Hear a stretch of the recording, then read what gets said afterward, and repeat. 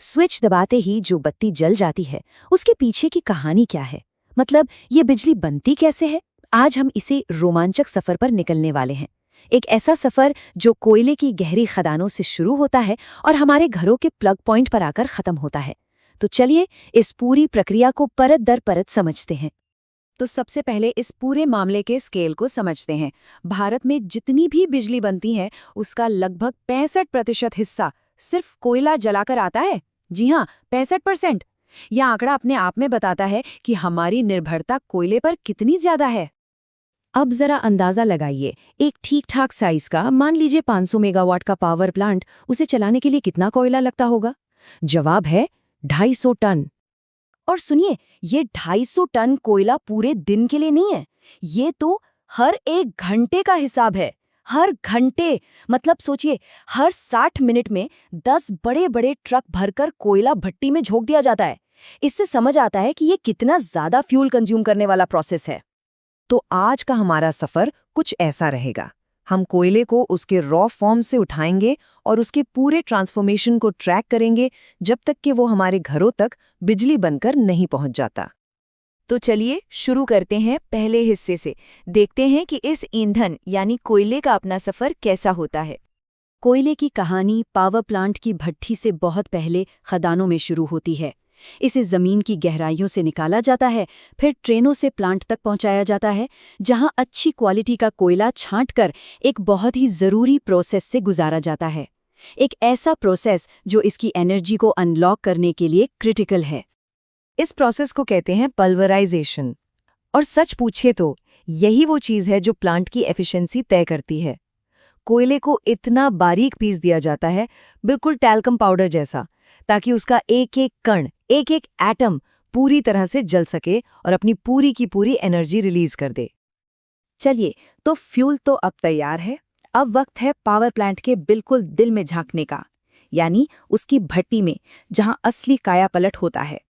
यहीं पर कोयले के अंदर जो केमिकल एनर्जी छिपी होती है, उसे जबरदस्त हीट एनर्जी में बदला जाता है। मोटे तौर पर ये 4 स्टेप्स में होता है। पिसे हुए कोयले को जलाओ, उससे बॉयलर के पाइप्स में मौजूद खास मिनरल फ्री पानी को गर्म करो, फिर उससे सुपर हीटेड स्टीम यानी भाप बनाओ और उस भाप को सीधा टरबाइन की तरफ भेजो।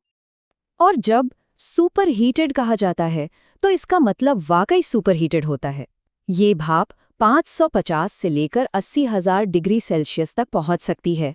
जरा सोचिए, ये तो ज्वालामुखी के लावा से भी ज्यादा गर्म है। तो यही जबरदस्त गरम और हाई प्रेशर वाली भाप हमारा असली वर्कहॉर्स है। अब देखते हैं कि इसकी एनर्जी को उस बिजली में कैसे बदला जाता है जो हम रोज इस्तेमाल करते हैं। अब देखिए, ये भाप बस एक टरबाइन से जाकर नहीं टकराती। नहीं, एनर्जी का एक एक कतरा निचोड़ने के लिए एक बहुत ही क्लेवर 2 स्टेज सिस्टम बनाया गया है। पहले भाप छोटे हाई प्रेशर टरबाइन को घुमाती है, फिर जब उसका प्रेशर थोड़ा कम हो जाता है तो उसे बड़े लो प्रेशर टरबाइन पर भेजा जाता है, ताकि बची खुची एनर्जी भी काम आ जाए। और सबसे जरूरी बात है इनका सीधा कनेक्शन। जैसे ही ये टरबाइन घूमते हैं, इनसे जुड़ा एक विशाल जनरेटर भी घूमने लगता है। और बस यही मैकेनिकल मूवमेंट, यही घुमाव इलेक्ट्रिकल एनर्जी में बदल जाता है। ये सब फैराडे के लॉ ऑफ मैग्नेटिज्म की वजह से मुमकिन हो पाता है। अब इतनी बड़े स्केल पर बिजली बनाने का एक साइड इफेक्ट भी है, और वो है ढेर सारा वेस्ट मटेरियल।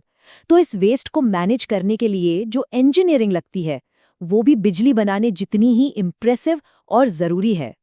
प्लांट के सामने मुख्यतः 2 बड़ी चुनौतियां होती हैं।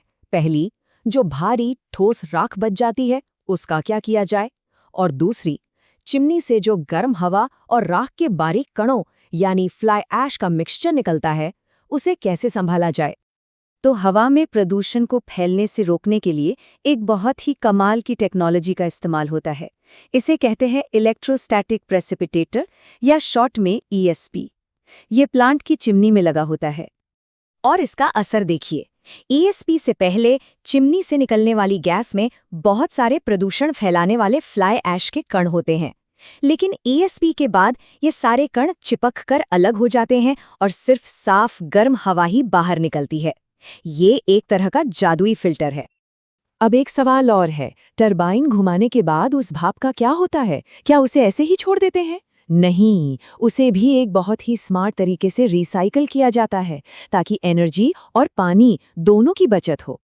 वो जो बड़े बड़े कूलिंग टावर्स दिखाई देते हैं ना, उनका काम करने का तरीका बड़ा सिंपल है। बिल्कुल बाथरूम के शावर जैसा।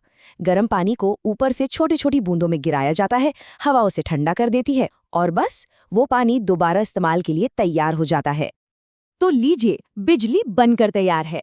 लेकिन कहानी अभी खत्म नहीं हुई। असल में इसका असली सफर तो अब शुरू होता है। इसे देश के कोने-कोने तक, हमारे घरों तक पहुंचाना है। देखिए, प्लांट में बिजली बनती है 11,000 वोल्ट पर, लेकिन इसे लंबी दूरी तक भेजने के लिए वोल्टेज को बढ़ाकर 4 लाख वोल्ट तक कर दिया जाता है। इसे कहते हैं स्टेप अप। फिर जब ये बिजली शहर के पास पहुंचती है तो उसे वापस 11,000 वोल्ट पर लाया जाता है और आखिर में हमारे घरों तक पहुंचने से पहले उसे 220 वोल्ट पर स्टेप डाउन किया जाता है। लेकिन एक बात जानना बहुत ज़रूरी है। इस पूरे प्रोसेस की एफिशिएंसी सिर्फ 30 से 35% के आसपास ही होती है। इसका मतलब ये हुआ कि कोयले में मौजूद 65 से 70% एनर्जी तो बिजली बनने से पहले ही हीट के रूप में लॉस हो जाती है। तो आग, भाप और वोल्टेज के इस पूरे जबरदस्त सफर के बाद ये सोचना लाजमी है कि इतना सब कुछ होने के बावजूद कभी-कभी बत्ती गुल क्यों हो जाती है। ये एक ऐसा सवाल है जो हमें इस पूरे विशाल, कॉम्प्लेक्स और 24 घंटे चलने वाले ऑपरेशन की अहमियत का एहसास दिलाता है, जिसे हम अक्सर फॉर ग्रांटेड ले लेते हैं।